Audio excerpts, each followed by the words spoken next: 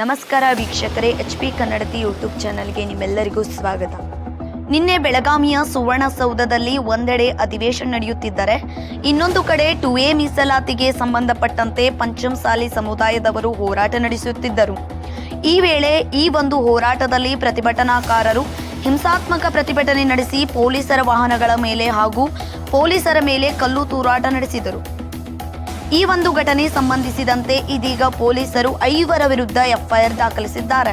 ಬೆಳಗಾವಿಯಲ್ಲಿ 2A ಮೀಸಲಾತಿ ಆಗ್ರಹಿಸಿ ನಡೆದ ಲಿಂಗಾಯತ್ ಪಂಚಮಸಾಲಿ ಸಮುದಾಯದ ಹೋರಾಟದ ವೇಳೆ ನಡೆದ ಕಲ್ಲು ತೂರಾಟದಲ್ಲಿ ಪೊಲೀಸ್ ಇನ್ಸ್ಪೆಕ್ಟರ್ ಸೇರಿದಂತೆ 17 ಜನರಿಗೆ ಗಾಯವಾಗಿತ್ತು. ಹಾಗೆ 7 ಸರ್ಕಾರಿ ಬಸ್, 3 ಪೊಲೀಸ್ ವಾಹನ ಜಖಂಗೊಂಡ ಹಿನ್ನೆಲೆಯಲ್ಲಿ ಹಿರೇಬಾಗೇವಾಡಿಯ ಪೊಲೀಸರು ಸ್ವಯಂ ಪ್ರೇರಿತ ಪ್ರಕರಣ ದಾಖಲಿಸಿದ್ದಾರೆ. ಸರ್ಕಾರಿ ಮತ್ತು ಪೊಲೀಸ್ ವಾಹನಗಳು ಜಖಂಗೊಂಡಿದ್ದವು.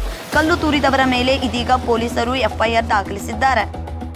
ಡೈಲಿ ಅಪ್ಡೇಟ್ಸ್ ಮಾಹಿತಿಗಳಿಗಾಗಿ ನಮ್ಮ ಚಾನೆಲ್ ಅನ್ನು ಸಬ್ಸ್ಕ್ರೈಬ್ ಮಾಡಿ. ಧನ್ಯವಾದಗಳು.